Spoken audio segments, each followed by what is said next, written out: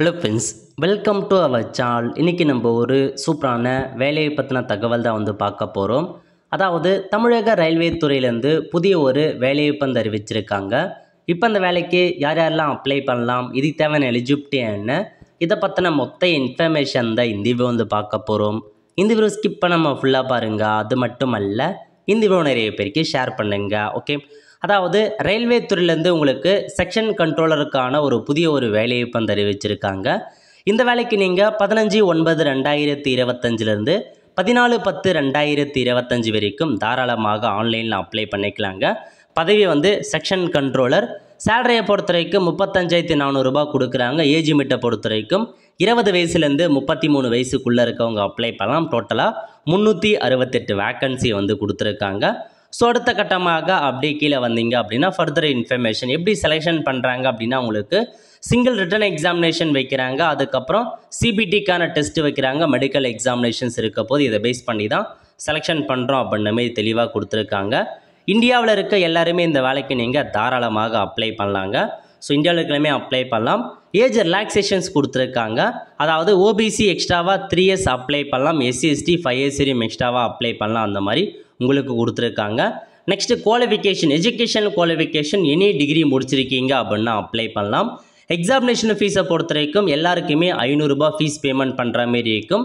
இதுவே நீங்கள் அனைத்து கேட்டகரியை சார்ந்த பெண்கள், டிரான்ஸ்ஜெண்டர், எக்ஸ் சர்வீஸ் மேனாக இருக்கீங்க அப்படின்னா 250 மட்டுமே நீங்கள் ஆன்லைன் மூலமாக பேமெண்ட் பண்ணால் போதுமானது. ஸோ அதுக்கப்புறம் ஒரு சில ரிசர்வேஷன் கேட்டகரி பற்றிலாம் கொடுத்துருக்காங்க. என்ன அப்படின்றத நீங்கள் செக் பண்ணி பார்த்துக்கோங்க.